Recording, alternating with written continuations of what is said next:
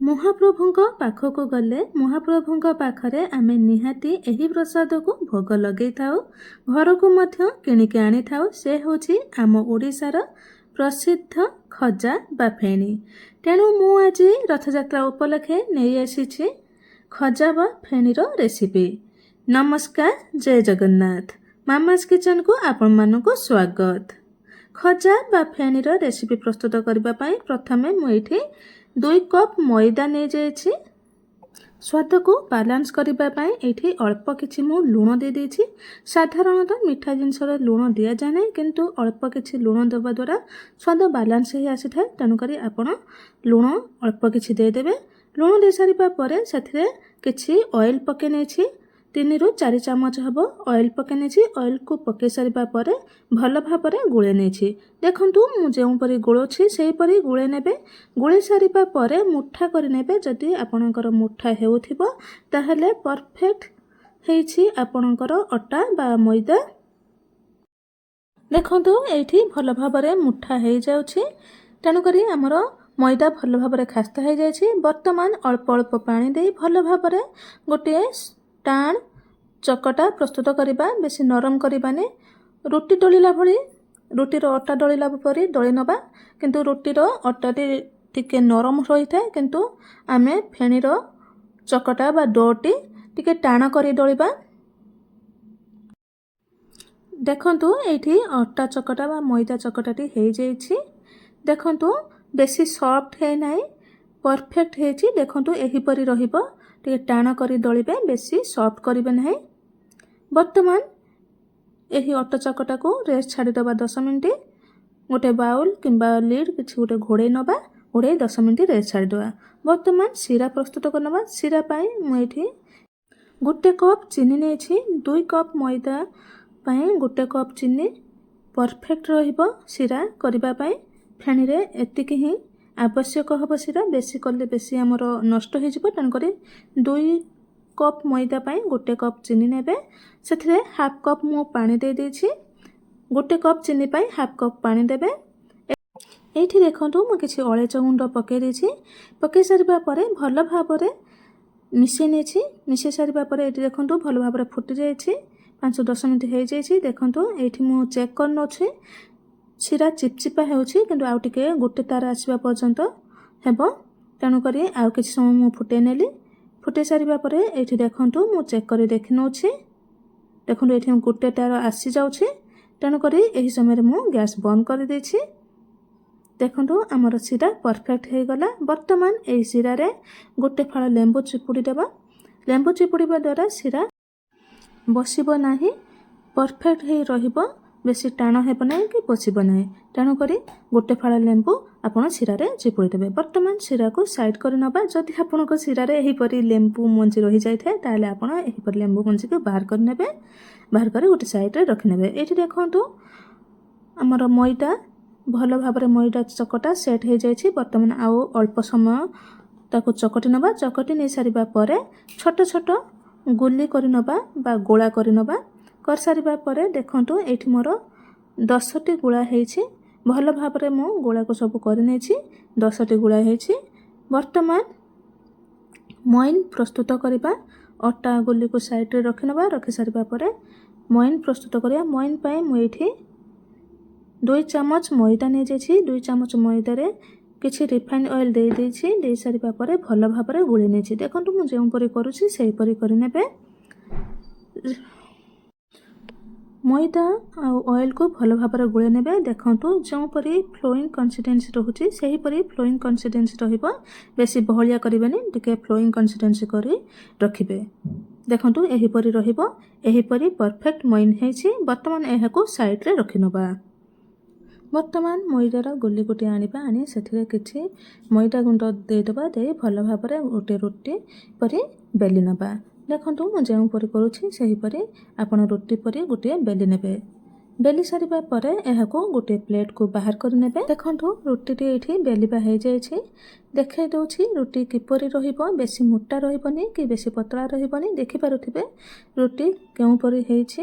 ଏହିପରି ପତଳା କରି କରିବେ, ବେଶୀ ମୋଟା କରିବେ ନାହିଁ।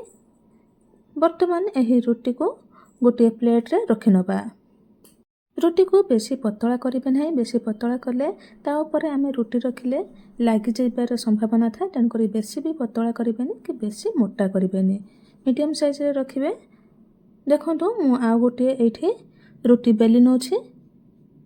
जदि आपणकर रुटी न घुरे कि बेलिबार किसी असुविधा हुए ताहले आपण उपरे आउ किछि मध्य मैदा पके नेबे, छिंची देबे। छिंची सारिबा परे आउ थोड़े बेली नेबे, देखबे परफेक्ट बेलिबा हो जिवो।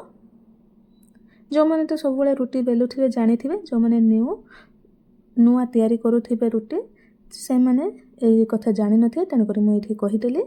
देखो सेहीपरि आउ गोटे रुटी मध्य आमर प्रस्तुत हो जाइए। सेहीपरि बेसी मोटा है ना कि बेसी पतला है ना। ये आउ गोटे रुटी बेलिबा हो गला। बर्तमान कौन करबा ना, प्रथम रखिथिबा रुटी प्लेट को आनिबा। रुटी प्लेट उपरे बा रुटी उपरे किछि मैदा छिंची नबा। देखो मुझे ऊपर करुच्छी से करने भल भाव मैदा को छिंचबे, नहले रुटी उपरे रुटी रखिले जोड़ीज। भल भाव बेसी करी मैदा रखिने, नहले आपन को असुविधा हम। रुटी बाहर करने समय भल भाव मैदा को छिंची आ गोटे रुटी को रखिने। देखो आउ गोटे बेलिकी देखे दौचे। देखो ये रुटी बेलिबा हो जाइए। पुणी सेहीपरि मैदा रुटी उपरे छिंची दे सारिबा परे आ गोटे रुटी रखी नहीं। देखो ये 10टी जाक मु रुटी बेली नहीं। देखो गोटे उपरे गोटे करी सब जाक रखी नहीं। मुझे देखे दौचे किसी रुटी। देखो मैदा छिंची थिबारु भल भाव बाहरी जाउछि। तेणुक एहीपरि मैदा भल भाव छिंचिकी आपण रखिने।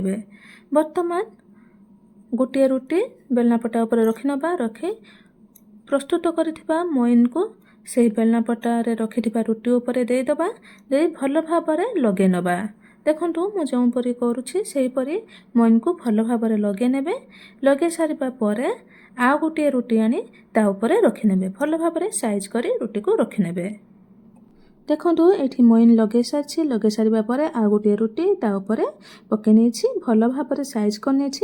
साइज कर सारिबा परे पुणी से मोइन किछि लगे नहीं। देखो यहीपरि मोइन लगे नेबे। लगे सारिबा परे पुणी आ गोटे रुटी ता उपरे पके नेबे।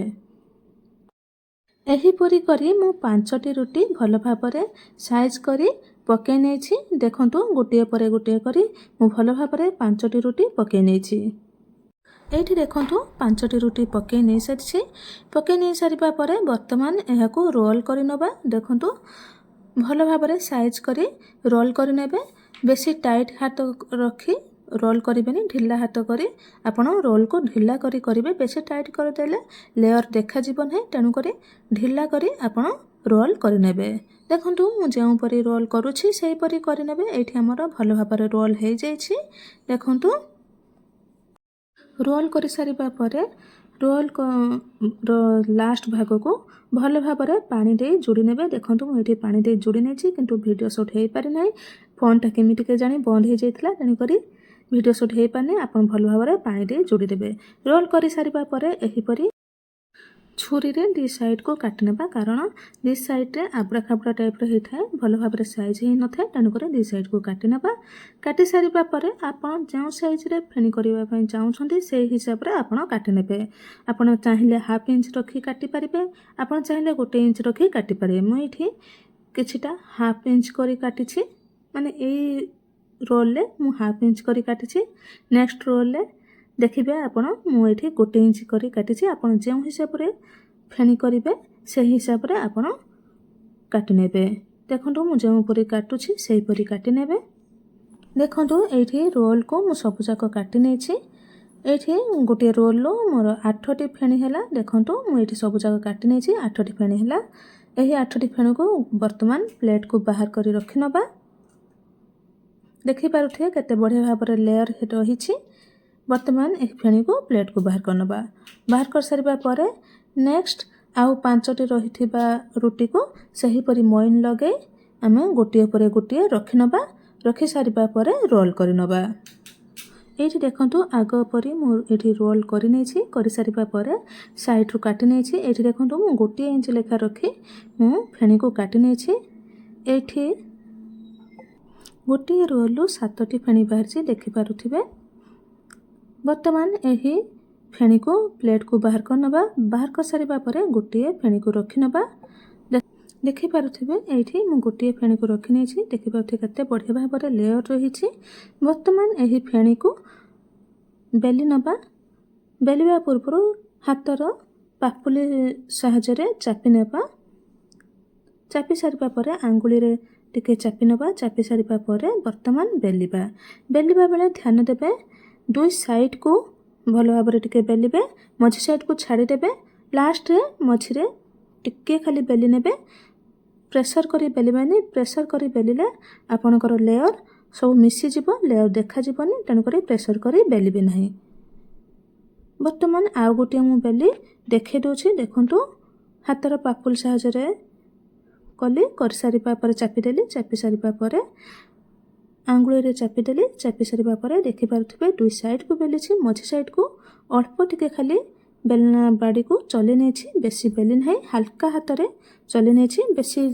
बेसी टाइट करी चले नाही। टाइट करी चलेले लेयर सब जोड़ी जीव। तेणु करी लेयर देखा जीव नाही। एठी देखंतु सबु जाक मु एठी बेली नेछि।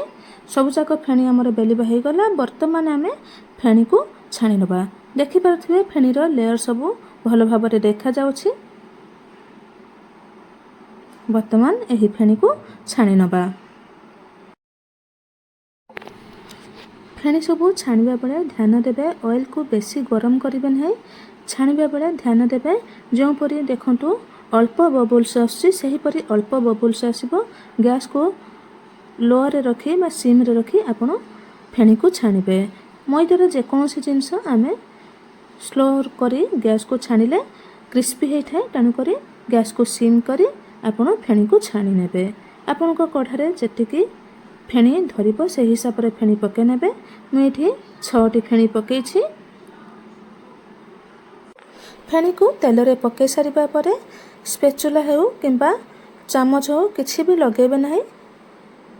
फेणी गोटे साइड हे जिबा परे आपे आपे देखिबे ऊपर को उठी आसीबो। गोटे साइड हे जिबा परे फेणी को नौटे नेबे। तेल रो ऊपर को आपे आपे उठी सारिबा परे देखंतु मु जेउ परे नौट अछि सही परी आपण गोटे परे गोटे नौटे नेबे। गैस को सही परी सिम करी रखिबे। जमा भी हाई रखिबेनी। एही फेणी छाणिबा पई 10 रु 15 मिनिट टाइम लागि जिवो। टिके टाइम टेकिंग हेबो किंतु परफेक्ट हबो। जदि आपण गैस को बढ़े देबे ताहले फेणी ऊपर लाल पड़ी जिवो भितरु कंचालिया रहइबो। तेणु करी गैस को सिम करी फेणी को एही परी छाणी नेबे। देखि पारुथिबे एठी फेणी गोटे साइड भलो भाबरे कलर आसी गलानी। वर्तमान नोटे नबा। देखंतु एठी फेणी भलो भाबरे कलर आसी गलानी। वर्तमान फेणी को छाणी नबा। जदि याठारो आपण अधिक डीप कलर चाहथांती ताहले गोटे मिनिट आउ गैस रे रखि नेबे। रखि सारिबा परे छाणी नेबे। एठी देखंतु मु सबु जाक फेणी को छाणी सारिछि। छाणी सारिबा परे एठी मु सिरा रे गोटे परे गोटे बुडे नेछि। जदि आपण अधिक सिरा करूछनी ताहले सबु जाक फेणी पके परिबे किंतु मु एठी जागा छोट थिला अल्प सिरा मध्य करछि जेतिके आवश्यक से हिसाब रे करछि। तेणु करी मु गोटे परे गोटे फेणी को पके नेछि। पकेबा 2 सेकेंड भितरे आपण फेणी को नौटे बाहर कर नेबे। बेसी समय रखिबे नै। बेसी समय रखिले बेसी मिठा हे जिवो।